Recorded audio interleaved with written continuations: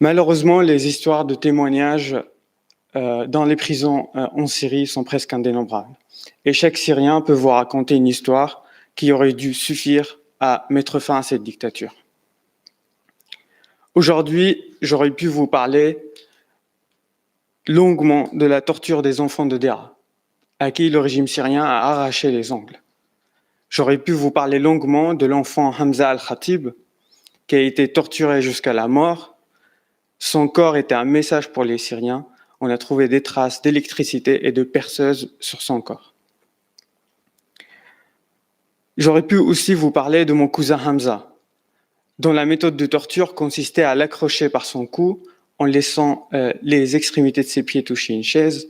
Il était tout nu et on l'électrocutait dans toutes les parties de son corps sans exception. Omar al-Shukri aurait pu venir témoigner. À ses 15 ans, il a été emprisonné.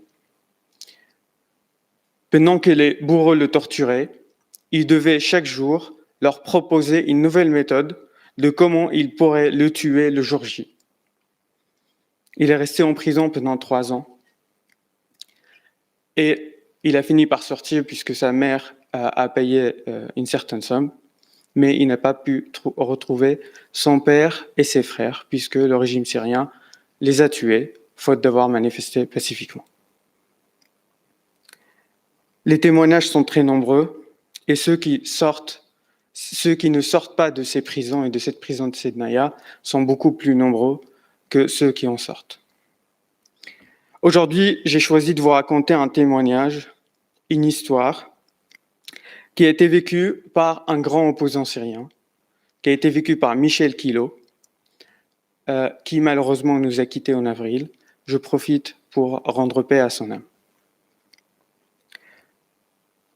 Le témoignage de Michel Kilo, et d'ailleurs qui a été emprisonné plusieurs années sous le régime, sous le père Hafez al-Assad et sous le fils Bachar. Le témoignage. J'étais en prison et l'un des gardes un jour s'arrête devant ma cellule et me demande mon nom. Je lui dis je peux te faire confiance puisqu'on n'a pas le droit de dire notre nom. On est obligé de donner le numéro de notre cellule. Oui, tu peux me faire confiance, il répond. Je lui dis Michel Kilo. Il me dit tu es vraiment Michel Kilo? Oui, oui, c'est moi. Ils nous ont dit que tu es un espion israélien et qu'on n'a pas le droit de te parler. Mais tu es vraiment Michel Kilo? Oui, oui, oui, je t'assure que c'est moi, Michel Kilo. Puis il me dit, tu sais que toi et le prisonnier dans la cellule là-bas, vous êtes les hommes les plus courageux du monde.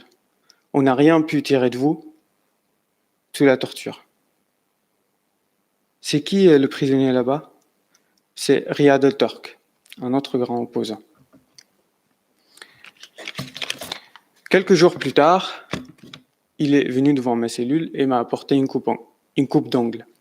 Il m'a dit « Ne fais pas de bruit, sinon je risque 3 ans en prison à celle de Tadmor. » Un autre jour, il m'a apporté une pomme en cachette. Et comme ça, tous les quelques jours, quand il pouvait, il m'apportait un peu de nourriture. Puis un jour, vers 3 heures du matin, il vient dans mes cellules, il ouvre la porte.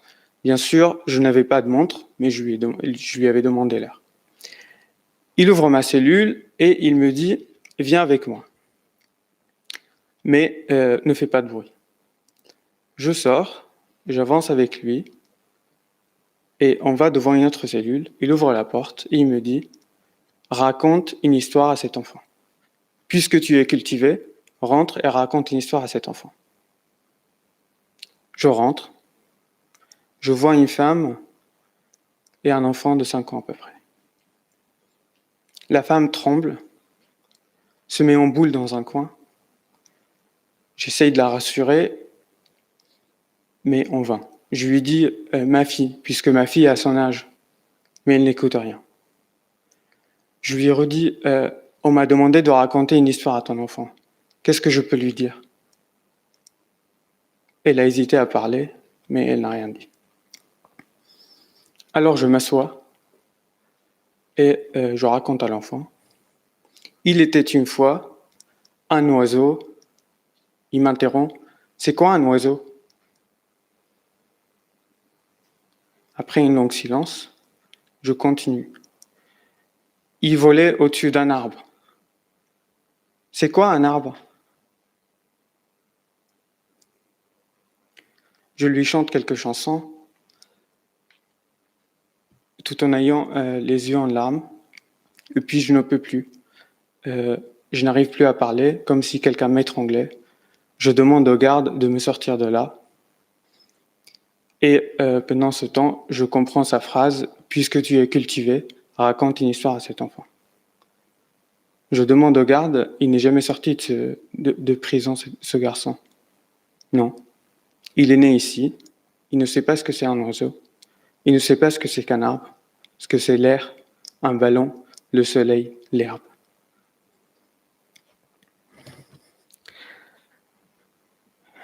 Je sais que notre conscience ou notre âme essaye de nous protéger de ce genre de témoignages qui blessent.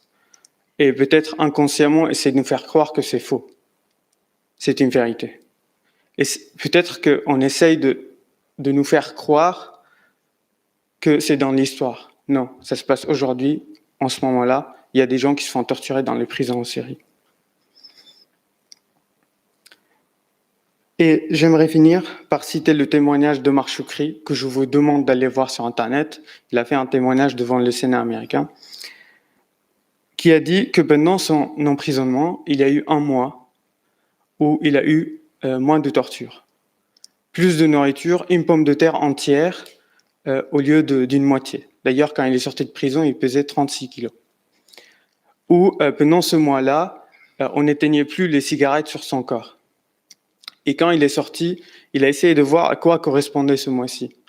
Eh bien, c'était le mois où les photos César ont été publiées.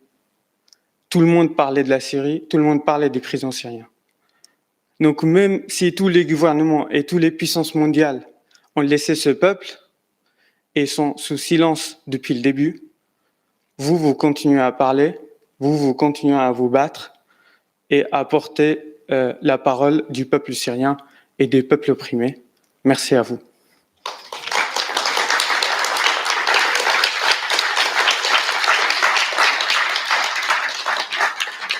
Cécile, si vous voulez bien. Merci à vous. Restez là, mettez-vous aussi. Oui. Merci.